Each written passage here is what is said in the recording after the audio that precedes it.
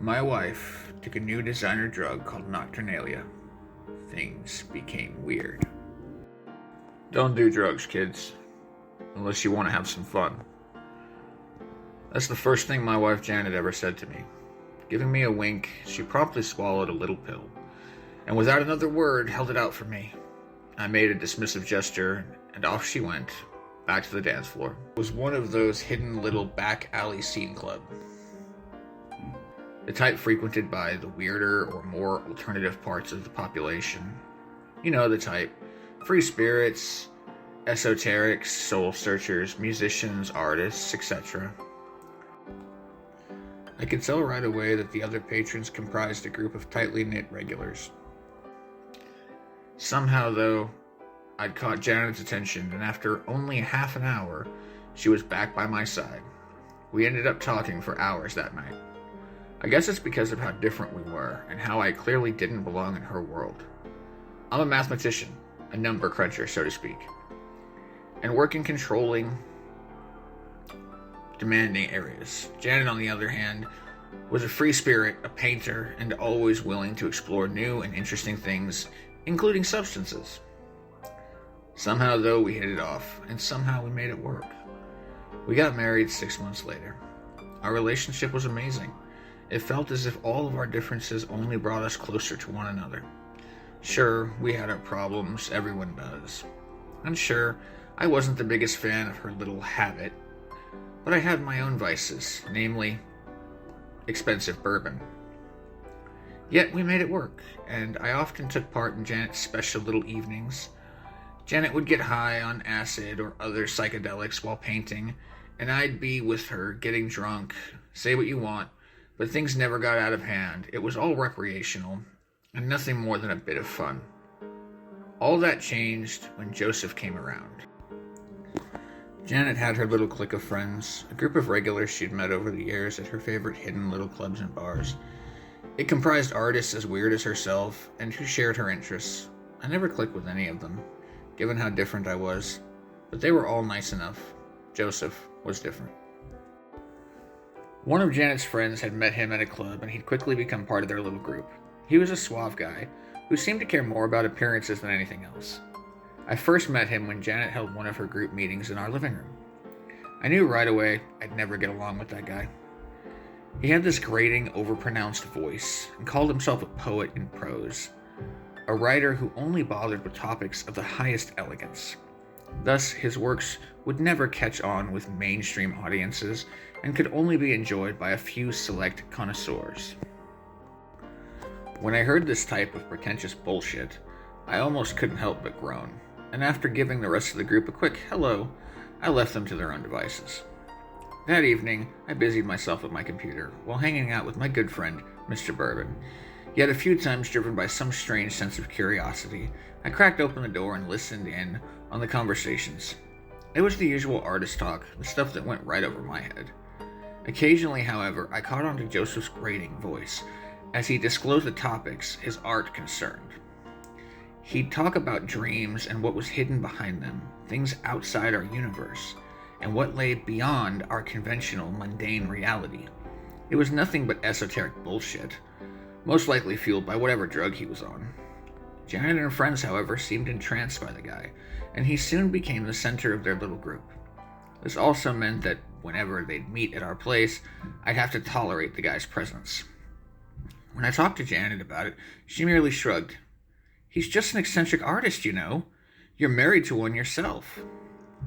I laughed and accepted it, at least at first. The more often I met him, however, the more I couldn't deny something was wrong with this guy. He had some sort of aura about him, one I couldn't put anywhere, and that I couldn't help but be unsettled by. I wish I'd done something by then. I truly wish, but I guess it was already too late by that point. It was no other than Joseph, who, unbeknownst to me, introduced her to this fantasy, new designer drug, this nocturnalia. For a moment, she was taken back by my outburst, but then she stared me down. "Oh, I'm taken by him. Is that what you think? You know, maybe if you wouldn't be drinking so much, and maybe if you join our meetings For once in your life, you'd know what's actually going on. Instead, you just hide in your stupid little office and play your stupid little video games. What's actually going on? What are you? Just stop it, Stephen, alright? With that, she stormed out of the room. We made up eventually, but not a thing changed. She kept working on her weird paintings, kept hanging out with her little group, and kept doing the strange nocturnalia Joseph had brought her. A week ago, they met at our place again. I wish I'd have kicked the fucker out then and there, screamed at him to leave my wife alone, and bring none of that shit near her ever again. But I didn't. Somehow, I couldn't bring myself to do it. Looking back, I can't help but wonder if I'd been afraid of him even back then. When he entered, he was as suave and charming as always, all smiles, all words, and talking in his usual mixture of half-riddles and thesaurus words, while the rest of the group swooned all over him. I had to keep my balled fists in my pockets. This time, I didn't even bother with greetings. Instead, I stormed to my office, hit the bottle, and settled in. For the night of a shitty video games and early sleep. All the while, I knew my wife and her friends were most likely getting high on Joseph's little wonder drug. Even with the volume turned up, and even while I was getting progressively drunker, I could hear their laughter and their high-pitched, excited voices, most of all Janet's. I know what you're thinking. This dude's gotten my wife hooked on some new designer drug, or he's fucking her. But no, that wasn't it. I wish it would have all been so simple, but it wasn't. The first thing I remembered was waking up at my desk. It was long past midnight, and I was clearly very drunk. The almost empty bottle of bourbon stood right in front of me, like some accusatory monolith. When I felt it, I can't describe it. What it was, but something had changed in the house, in the air, and for a second, goosebumps came all over my body. Something was wrong here. Very wrong. I pushed myself off my chair and stumbled towards the door, bottle of bourbon in hand. When I pulled it open, it hit me right away. It was a sensation, an otherworldliness that seemed to have spread through the entire house. It made me feel like I didn't belong, that this wasn't my home anymore. As I stumbled through the house, I could hear the sounds, strange, wet sounds. It sounded like splashing, squeezing, as if flesh, no bodies, were pushing together and coming apart again. Below it all, I heard moaning and quiet, echoing giggles. Those sounds, don't tell me. The first thing that came to mind was sex, an orgy, some drug-crazed, infused fuckfest was happening right in the center of my living room. The next thing that hit me was the smell. It wafted through the house, a strangely sweet aroma, yet slightly spicy, a smell unlike anything I'd ever smelled before. For a moment, my body felt strange, and I almost turned around. Then the image of Janet came to my mind, my wife, Janet, being down there, being part of whatever was going on, being fucked by that asshole. My grip around the bottle tightened, fueled by anger and rage. I was prepared, more than prepared, to beat his stupid head in. As I made my way through the hallway, the sounds grew louder, echoed through the house. When I finally saw the living room door, strange lights erupted from it. It was an ocean of intermingling colors, dancing and washing in and out of one another, like some crazed kaleidoscope rendition of the Aurora Borealis. "Janet," I called out, "what's going on?" Instead of an answer, all I heard were more giggles and odd voices. I cursed, called out for other members of her small group, but no one answered. I fought myself on, step by step, but suddenly I felt drowsy, and slowly, ever so slowly, the rage went away. It was pushed aside by a feeling of apprehension. No, not apprehension. I realized it was instinct. Some part of my lizard brain telling me, leave this alone. Whatever was happening here was not for me.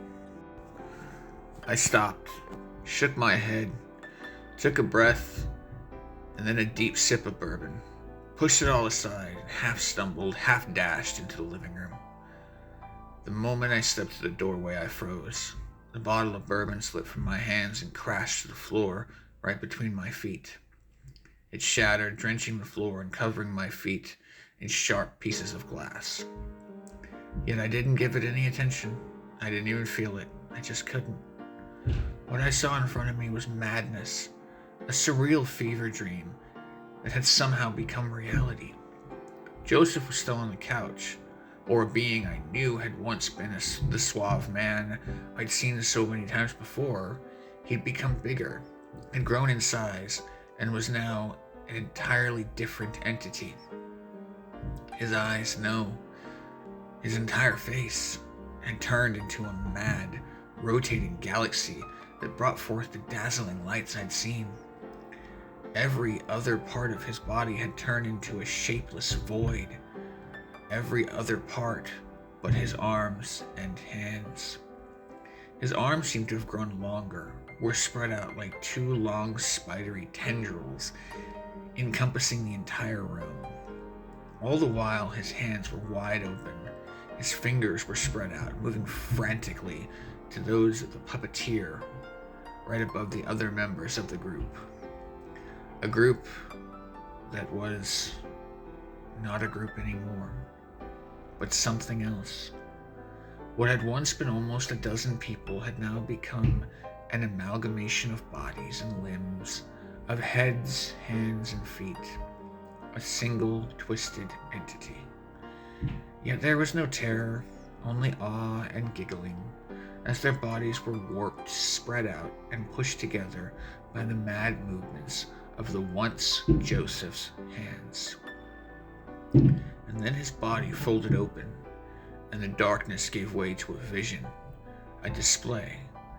The awe and giggling went wilder, and turned into a mad cacophony for a moment.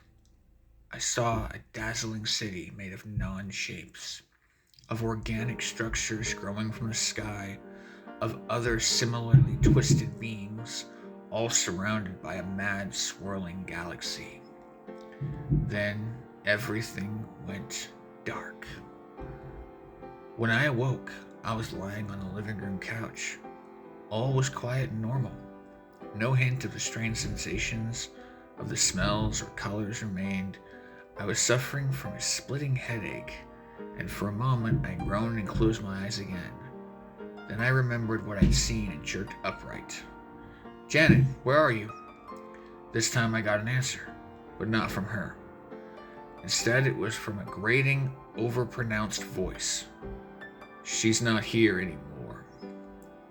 I turned around to find Joseph sitting in a recliner and watching me from the other end of the room, still all smiles. "What the hell are you doing here? Where's my wife? What the fuck did you do to her?" As I rambled on, I fought myself to my feet. I wanted nothing more than to throw myself at this asshole and beat that damn smile off his face.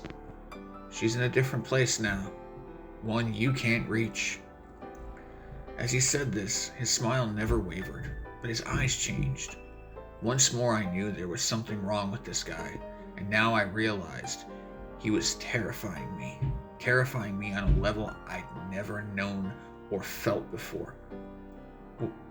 What do you mean?" I asked in a trembling whisper.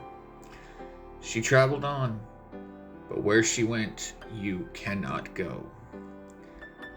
"The hell does that mean?"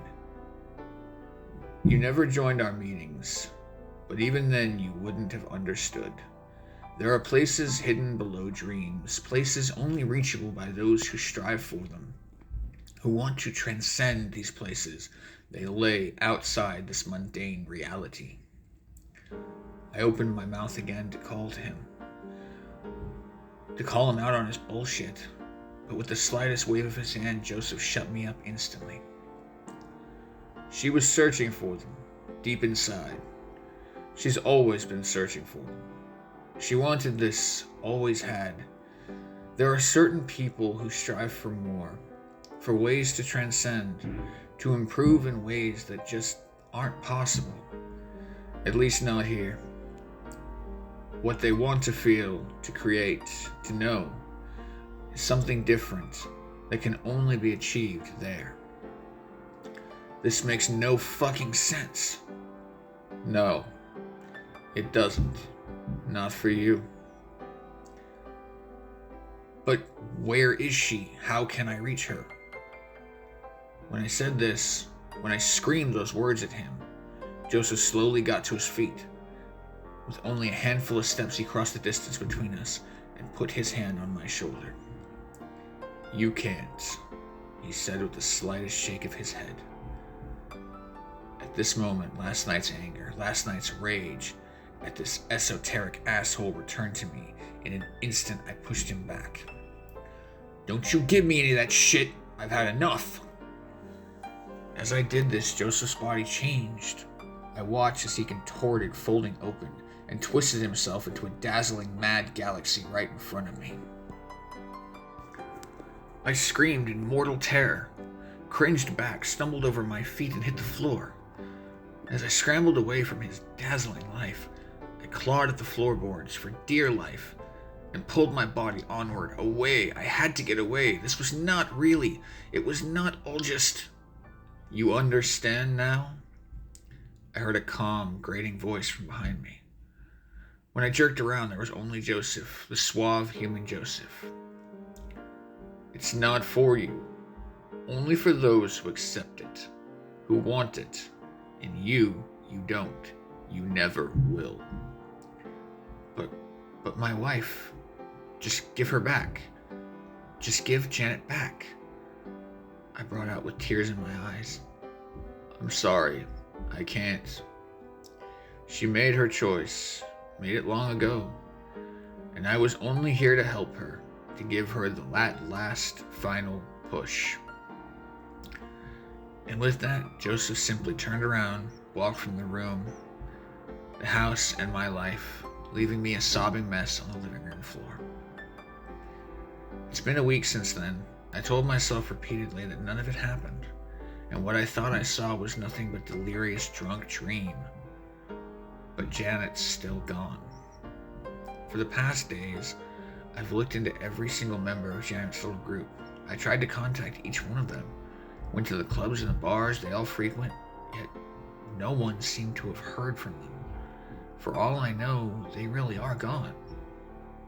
Sometimes, however, on rare occasions, in these dark joints frequented by the weirder and more alternative parts of the population, I notice a certain figure, a suave one, sometimes a woman, sometimes a man, but they'd always be sharing a strange glistening substance amongst the patrons.